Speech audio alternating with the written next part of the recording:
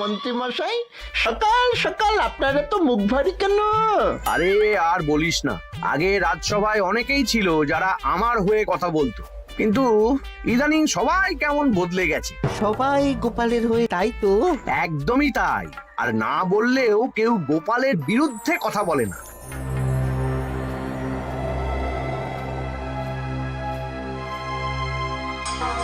কি মন্ত্রী মশাই, আজকাল তো আমার কথা আর মনেই পড়ে না, ভুলে গেছেন নাকি? আরে না না ভগবান, তুমি হলে আমার তুরুপের তাস। ঠিক সময়ে ঠিক সুযোগ এলে তোমাকেই ডাকবো। একটু দেখবেন। হ্যাঁ, আরে নিশ্চয়ই নিশ্চয়ই। এই চলি রে, আবার রাজসভায় যেতে হবে।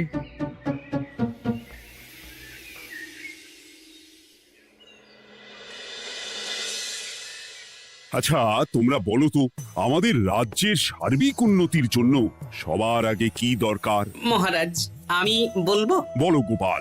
সততা আর শিক্ষা, এই দুটো জিনিস মানুষের মধ্যে থাকলে রাজ্যের উন্নতি কেউ আটকাতে পারবে না মহারাজ। একদম ঠিক বলেছ পণ্ডিত, তুমি তো শিক্ষার কাণ্ডারি। তুমি কি বলতে চাও এই ব্যাপারে? মানে কিভাবে শিক্ষার আরো উন্নতি করা যায়? মহারাজ, আমি তো মনে করি পুঁথিগত শিক্ষাই শুধু শিক্ষা নয়, মানুষের ভেতরে যে পূর্ণতা আছে সেটাকে ফুটিয়ে তোলার নামই হলো শিক্ষা। যেমন? কেউ যদি খেলতে ভালোবাসে সে খেলোয়াড় হবে, গান করতে ভালোবাসলে সে গায়ক বা গায়িকা হবে। আমি প্রত্যেকের মধ্যে লুকিয়ে থাকা এই বিশেষ বিষয়গুলিকে তুলে ধরার জন্য কিছু করতে চাই। তা এটা করার জন্য কি দরকার? প্রথমত অর্থের প্রয়োজন।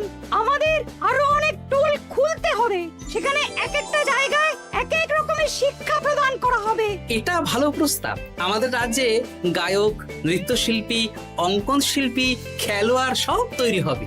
দেশ বিদেশে রাজ্যের নাম উজ্জ্বল হবে। মহারাজ, একদম এসব উল্টো পাল্টা খরচ করবেন না। কেন কেন? মহারাজ, রাজকোষে প্রথমত বেশি অর্থ নেই, যে কোনো সময় যুদ্ধ লাগতে পারে। তাই আমাদের উচিত প্রথমে এসব না করে কামান, গোলা, বারুদ, ঢাল, তরোয়াল এসব কেনা। ঠিকই বলেছ। কদিন ধরেই শুনছিলাম সীমান্তবর্তী এলাকায় ইংরেজ সেনারা নাকি ঘুরঘুর করছিল। পণ্ডিত মশাই, আপনার এই সব পাণ্ডিত্য অন্য জায়গায় ফলাবেন কেমন? এসব করে লাভের লাভ কিচ্ছু নেই।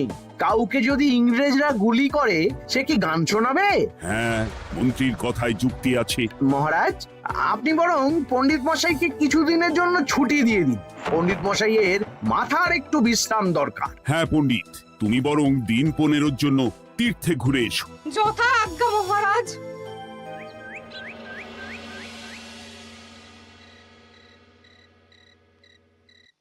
শোনো ভগবান, সকালেই তুমি কাজের কথা বলছিলে, আমি এমন ছক কষেছি কালকে থেকেই তোমার জন্য একটা ভালো বেতনের কাজ জোগাড় করে দেব। শুধু যা বেতন পাবে তার অর্ধেক আমাকে দিতে হবে, কেমন? রাজি রাজি। কি কাজ বলুন? শোনো, বাহ বাহ, দারুণ দারুণ, হয়ে যাবে কাজ।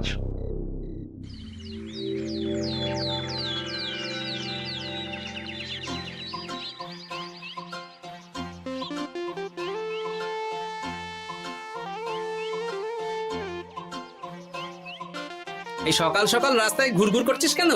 পড়াশুনো কি শিখেই তুলে দিয়েছিস? পণ্ডিত মশাই তীর্থে গেছেন, এখন আমাদের ছুটি। দুপুর বেলা ভাত, রাতের বেলা রুটি।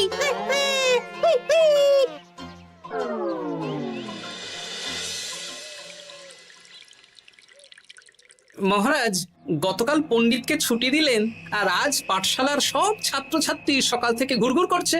কি, তাহলে তো মুশকিল। মুশকিল আসান করার রাস্তা আমার কাছে আছে মহারাজ। আমার সন্ধানে এমন একজন পণ্ডিত আছেন যিনি বহু ভাষাবিদ, অনেক পাণ্ডিত্য, দেশ বিদেশে শিক্ষাদান করেছেন। কিন্তু তাকে আমরা পাবো কোথায়? তিনি কৃষ্ণনগরে ঘুরতে এসেছেন, শুধু ওনাকে বেতনটা একটু বেশি দিতে হবে, এবং তিনি এই রাজ্যের যে কোনো মানুষের চেয়ে বেশি শিক্ষিত। তার পড়ানোর ধরনই আলাদা। সে কোথায়? আমি তাই ওনাকে আজকে রাজসভায় আসতে বলেছি। মহারাজ, আপনার সাথে একজন দেখা করতে এসেছেন। দেখুন মহারাজ, বলতে না বলতেই হাজির। ওনাকে ভিতরে আসতে বলো। আচ্ছা মহারাজ।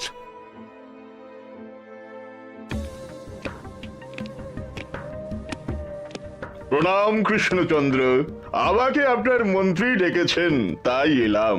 মন্ত্রীর সাথে কথা হয়েছে আমাদের রাজ্যের শিক্ষার উন্নতির ব্যাপারে। আমাদের মানে আপনি কি এই রাজ্যের? আমি এখন এই রাজ্যে আছি তো, তাই আমাদের রাজ্য বললাম। উনি সবাইকে আপন করে নেন। যাই হোক, তোমার শিক্ষার উন্নতির ব্যাপারে কি মতামত? মহারাজ, আমি এই রাজ্যের বিভিন্ন মোড়ের মাথায় টোল খুলতে চাই। তার জন্য অনেক অর্থের প্রয়োজন। তাতে কি উপকার হবে? ছাত্রদের জন্য তো নির্দিষ্ট পাঠশালা আছে। যখন শত্রুরা আক্রমণ করতে আসবে তখন তারা দেখবে রাস্তার মোড়ে মোড়ে টোল, মোড়ে মোড়ে টোল। তারা বুঝতে পারবে এখানে সবাই শিক্ষিত। আর শিক্ষিত লোককে ক্ষমতার অধীনে রাখা কঠিন, যুদ্ধে জিতলেও শাসন করা মুশকিল। কারণ অশিক্ষিতকে বোকা বানানো সহজ, কিন্তু শিক্ষিতকে বোকা বানানো কঠিন। নতুন পণ্ডিত একদম ঠিক কথা বলেছে। কোনো বাইরের রাজা বা শত্রু আক্রমণ করার আগে 5 বার ভাববে। এই সেরেছে। গতকালই মন্ত্রী বলছিল শিক্ষার দরকার নেই, অস্ত্র কিনুন, আর আজকেই শিক্ষার পক্ষে কথা বলছে। ব্যাপারটা কেমন সন্দেহজনক, নজর রাখতে হচ্ছে। বেশ, আমি তোমার এই শিক্ষা সম্প্রসারণের প্রস্তাবে রাজি। মন্ত্রী, তুমি এই প্রকল্প দেখভাল করবে। আচ্ছা, কত খরচ হতে পারে একটা হিসেব করে আমাকে জানিও, আমি দিয়ে দেব। আচ্ছা মহারাজ, আপাতত 500 মোহর দিয়ে রাখুন, পরে যা লাগবে বলে দেব। উফ, সকালে এক পত্তন বাজার, বিকেলে এক পত্তন বাজার, আর পারি না। আরে হাত চালাও, হাত চালাও। বাবা, কাজ শুরু হয়ে গেল। হ্যাঁ, আর ছাত্রদের পাঠশালার কাছে যেতে হবে না। পাঠশালা ছাত্রদের বাড়ির কাছে চলে আসছে। যেখানে সেখানে পাঠশালা। এই তো যেখানে সেখানে শিক্ষা। ঠিক বলেছো। আজ থেকে আমি আর নতুন পণ্ডিত চালু করছি। ধরো শিক্ষা, মারো পেরে।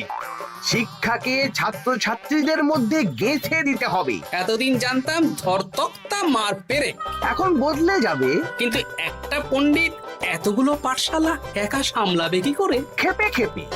মানে সকাল 6টা থেকে 7টা একটা জায়গায়, পরে 7:30 থেকে 8:30 আরেকটা। এইভাবে বিভিন্ন জায়গায় পণ্ডিত ঘুরে ঘুরে শিক্ষাদান করবেন। না, ব্যাপারটার উপরে মহারাজকে নজর রাখতে বলতে হবে।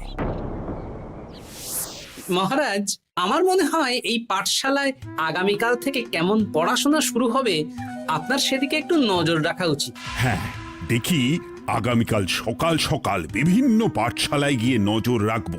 আর হ্যাঁ, আমাকে নতুন পণ্ডিত একটা তালিকা দিয়েছে, কোন পাঠশালায় কখন পড়াবে সেটার তালিকা। আমিও যাব আপনার সাথে।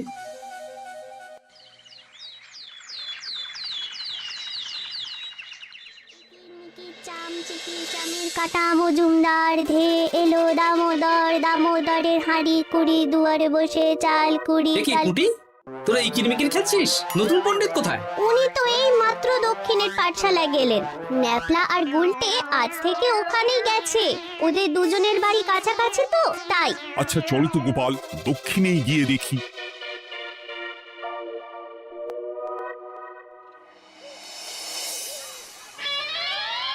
দেখি এখানেও তো নতুন পণ্ডিত নেই।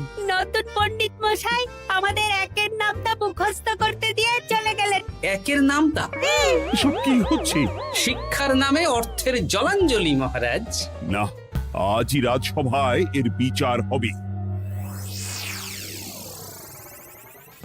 মন্ত্রী, আমি যা দেখলাম তাতে শিক্ষা তো কদিন পরে লাটে উঠবে। আমার এক ভাগ্নি তো আজ পাঠশালায় গিয়ে লুকোচুরি খেলেছে। নামমাত্র পড়াশুনো আর বাকি সময় খেলা, এভাবেই বয়ে গেল বেলা। মন্ত্রী, এই তোমার নতুন পণ্ডিতের দৌড়। মহারাজ, একজনের পক্ষে এতগুলো পাঠশালায় শিক্ষাদান তো সম্ভব নয়। তার জন্য তো আরো পণ্ডিতের প্রয়োজন, আর তার জন্য চাই আরো অর্থ। আবার অর্থ? শুধু মহারাজের অতিরিক্ত অর্থ খরচ হবে বলে আমি আগে এই প্রস্তাবটা রাখিনি। বেশ, তা আর পণ্ডিত কোথায় পাবে? আমাদের নতুন পণ্ডিতের কাছে অনেক পণ্ডিতের সন্ধান আছে। উনি একটা হাঁক মারলেই সব চলে আসবে। বেশ, তাহলে তাই ব্যবস্থা করো। এভাবে শিক্ষার অবনতি আমি চোখে দেখতে পারবো না। আরো 300 মোহর লাগবে। পেয়ে যাবে। উফ, এ তো দিনে দুপুরে ডাকাতি। ব্যাপারটা ধরতে হবে। কিছু একটা ঘোট তো আছেই। আর নতুন পণ্ডিতদের যদি কোথাও একটু থাকা খাওয়ার ব্যবস্থা করা যায় তাহলে ভালোই হয়। রাজবাড়ির অতিথিশালা তো আছেই, ওখানেই না হয় ব্যবস্থা করে দেব।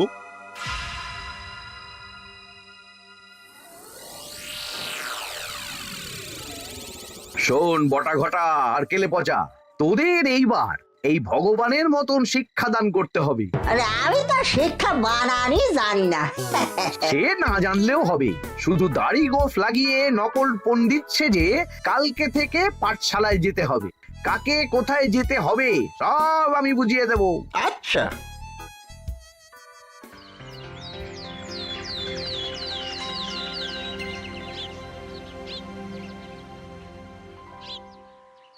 আচ্ছা বল তো, গতকাল তোদের বাড়িতে কি কি রান্না হয়েছিল?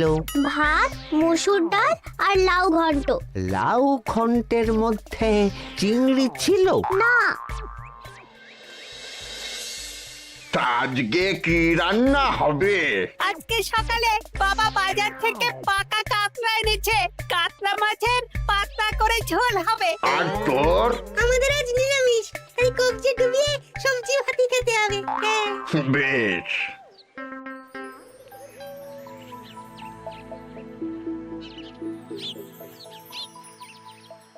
বল, আজকে তোরা কি কি শিখলি? আমি লাউ ঘন্ট। আমি সবজি ভাত। আমি কাতলা মাছ। কি বলছিস কি? আজকে তো পাঠশালায় এই সব আলোচনাই হয়েছে। এবারে ব্যাপারটা একেবারে সহ্য সীমার বাইরে চলে যাচ্ছে। দাদু, আমাদের আগের পণ্ডিত মশাই ভালো ছিলেন। উনি কোথায় চলে গেলেন? মন্ত্রী মশাই ছলে বলে কৌশলে ওনাকে তীর্থে পাঠিয়েছেন। না, এখন আমাকে মন্ত্রী মশাইয়ের উপরে নজর রাখতে হবে।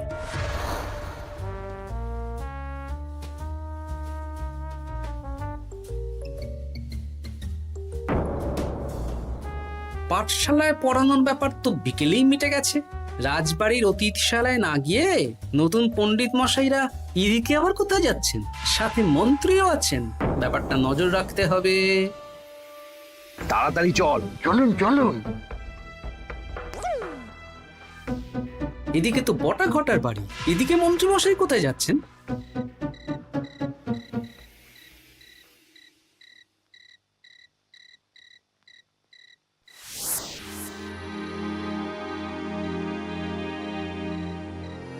তারপর তোমরা সবাইকে কি শিক্ষা দিলে? শিক্ষে সে আমাদের শিক্ষা নেই, চুরি করে দিন চলে। আমি কি করে শিক্ষা দেব? আরে ছাইপাশ দাড়ি গোঁফ থাকলে কি কুটকুট করে। যা বলেছিস বটা। আরে আরে আহারে করছিসটা কি? ভালো রোজগার পাতি কি তোদের সহ্য হচ্ছে না নাকি? ভগবানকে দেখ, সেই কবে থেকে দাড়ি গোঁফ লাগিয়ে পণ্ডিত মশাই সেজে আছেন। আমারও প্রথম দিন একটু সমস্যা হচ্ছিল, এখন সামলে নিয়েছি। আর আমাদের এই সব আলোচনা একদম করা উচিত না। বলছি মন্ত্রীমশাই, আমি কি শুধু এই পাঠশালাতেই পণ্ডিতের অভিনয় করব, নাকি রাজসভায় বসার সুযোগও পাবো? কালকেই এই ব্যাপারটা দেখছি। আগে তোমাকে রাজসভায় ঢোকাবো, তারপর এক এক করে বটা ঘটা কেলে পচা সব আমার দলের লোককে রাজসভায় ঢুকিয়ে নেব। আর রাজসভার বাকি সদস্যদের ফাঁকা করে দেবেন। একদম তাই। মহারাজ সহজ সরল মানুষ, এটাই একটা বড় সুবিধা। আচ্ছা, এই ব্যাপার। ঠিক আছে, আমি কদিন পরে ঠিক সময়ে একদম হাটে হাঁড়ি ভাঙবো।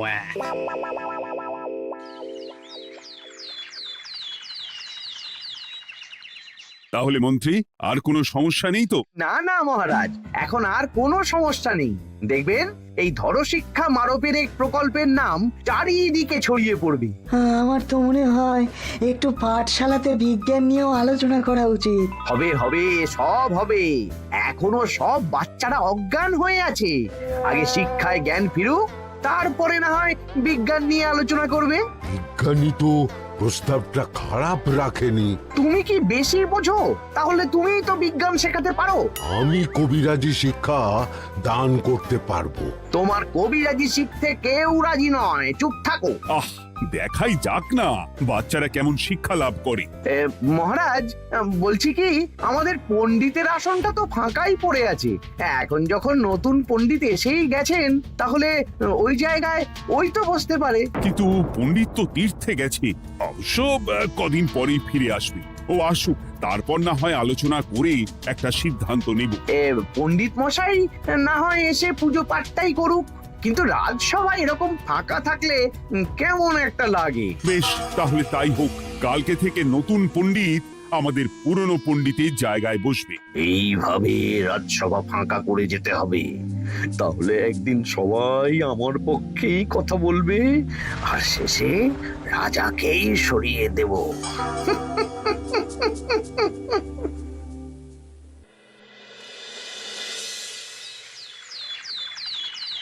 মহারাজ, সর্বনাশ হচ্ছে চারিদিকে। চলুন চলুন, আমি পুরো বিষয়টা ধরে ফেলেছি। কি ধরে ফেলেছো? শিক্ষার নামে ষড়যন্ত্র চলছে মহারাজ। রাজসভায় চলুন, সব বলছি। আচ্ছা আচ্ছা, আসছি। হ্যাঁ বলো গোপাল, তুমি কি বলছিলে শিক্ষার নামে ষড়যন্ত্র নাকি? মানে গোপাল মস্করা করছে নাকি? রাজ্যে দারুণ শিক্ষাদান চলছে। মহারাজ, আমি দেখে ফেলেছি আমাদের নতুন পণ্ডিত আসলে কোনো পণ্ডিত নন। ইনি আপনাকে, আমাদের সবাইকে বোকা বানাচ্ছেন। তাই নাকি? ডাকো দেখি নতুন পণ্ডিতকে। এই তো মহারাজ, আমি চলে এসেছি। এই তো ইনিই বদমাশি করছেন, শিক্ষার্থীদের ভবিষ্যৎ নিয়ে খেলছে। এই বল, আসল কথাটা বল। কি বলবো, এসব ভাড়ামো বন্ধ করো গোপাল। না বললে আমি কিন্তু ধুতি খুলে দেব। এই এই আরে কি হচ্ছেটা কি? এই এই এই এই সরো তো, সরো সরো। ব্রুম, ব্রুম, ব্রুম, কি হলো, কি হলো? বুম, ব্রুম, জাব্রুম। এই সেরেছে। গোপাল এসব কি বলছে? বলুন। ভুল বকছে কেন? ব্রুম, ব্রুম, গোপাল, তোমার কি হলো গো? কি বলছো তুমি? আমার কাছে বৈদ্য, তুমি একটু দেখো তো গোপাল ঠিক আছে তো? এই যে নতুন পণ্ডিত, তুমি তো অনেক ভাষা জানো, তুমি বুঝতে পারছো? মহারাজ, আমি দেখছি গোপালের মনে হয় বিশ্রামের প্রয়োজন। এই এই, তোমরা কয়েকজন মিলে গোপালকে রাজবাড়ির অন্দরমহলে নিয়ে চলো। চলুন, আমি যাচ্ছি। ওহো, গোপালের কি হলো? মাথায় লেগে গেল? ভাষা চলে গেল? সব এই নতুন পণ্ডিতের জন্য।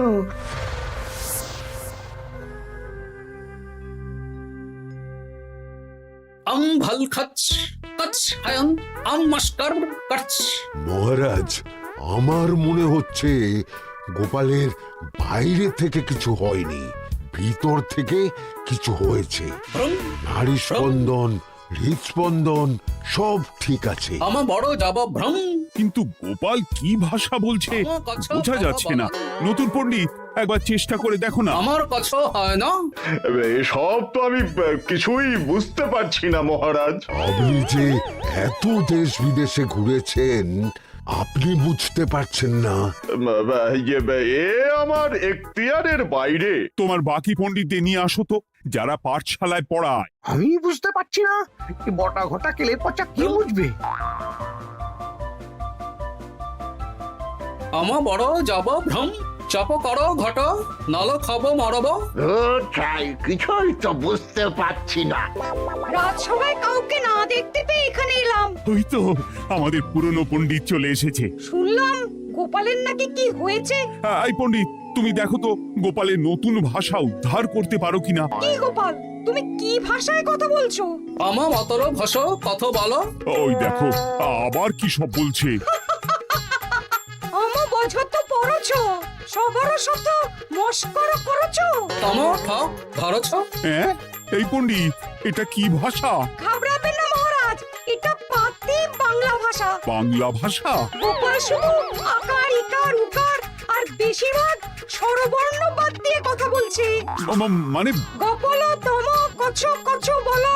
আমার নাম গোপাল ভর। মহারাজ, গোপাল বলল আমার নাম গোপাল ভর। আমার অত বকন মহারাজ। এর মধ্যে আকার ইকার উকার এসব বসিয়ে দেখুন তো কি হয়। আমার নাম গোপাল ভাঁড়। আমার নাম গোপাল ভাঁড়। অত, আমি অত, বকা বোকা, নই মহারাজ। মহারাজ, আমি অত বোকা নই মহারাজ। এই তো সুন্দর ধরে ফেলেছেন। কি কেমন দিলাম?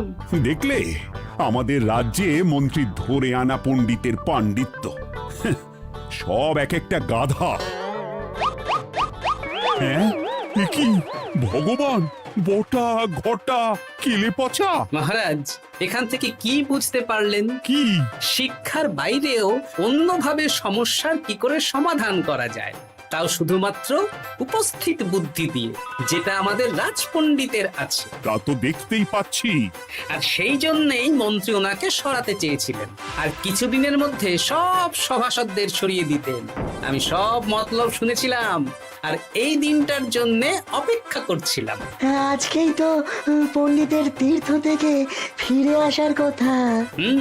তাই আজকে এই ছোট্ট নাটকটি করলাম। এবার মন্ত্রী আর এই 4 জন নকল পণ্ডিতকে আচ্ছা করে কারাগারে গিয়ে ধোলাই দাও। ধোলাই হলো ওনাদের জন্য উপযুক্ত এবং উচিত শিক্ষা। ওরে বাবারে, ওরে বাবারে, ওরে বাবারে, ওর মা গো,